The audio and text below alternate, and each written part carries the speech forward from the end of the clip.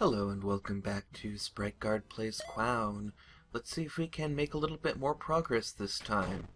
Already I'm not really liking the look of this starting area, but maybe I can make something of it. I think that's everything we can get from this layer, so I want to make sure that I have a way back out. And I think that either of those... no, I can't get actually across that gap. So as long as this one that I'm standing on is still here, that should be enough. So I will make sure not to break that one, and we'll continue to dig downwards. One thing that I've been thinking about and trying to pay a little bit more attention to in the games that I play is the way that they treat the first time the player picks up the game. Because I've noticed that there's kind of a disconnect between two different attitudes about when you pick up a game, what is it that you expect to happen? And sort of the more popular thing for people to want is basically they want to have the game give them what they need before they need it, and to tell them how everything works by telling them. And that is how a lot of modern games have been designed over the last many years.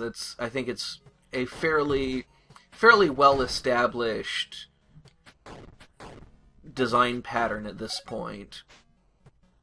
But sort of the design pattern that I was more familiar with and more accustomed to, that I rather like, is the design pattern where your first playthrough is almost guaranteed to be a loss, and everything is given to you basically as you figure it out instead of as you need it.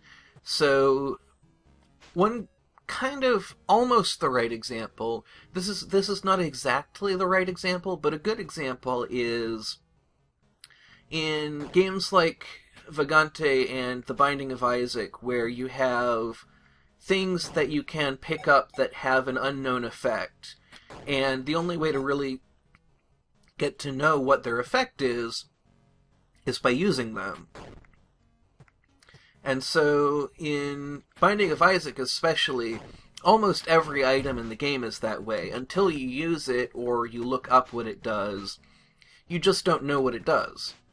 And I actually really like that design pattern, because it means that we can pick up a medkit now. Which means I should actually place this last ladder so that... It means that trial and error is a really important component of the game. Where am I even going to put this ladder? I don't know. I think what I want to do is actually throw it? Oh, nope, that did not actually throw it. Okay. I thought that I could throw the ladder kind of up in the air, but that did not work. So that was kind of a waste, but I'm doing pretty well. So this is a game where a lot of stuff is shown to you and not really explained, but is provided to you in such a way that you don't actually need it to be explained. You can figure stuff out based on context clues, and you can figure stuff out by trying it. Whoops. I'm still, even after all this time, I'm still figuring out ladder physics, because you don't stick to ladders quite as well as I would like to.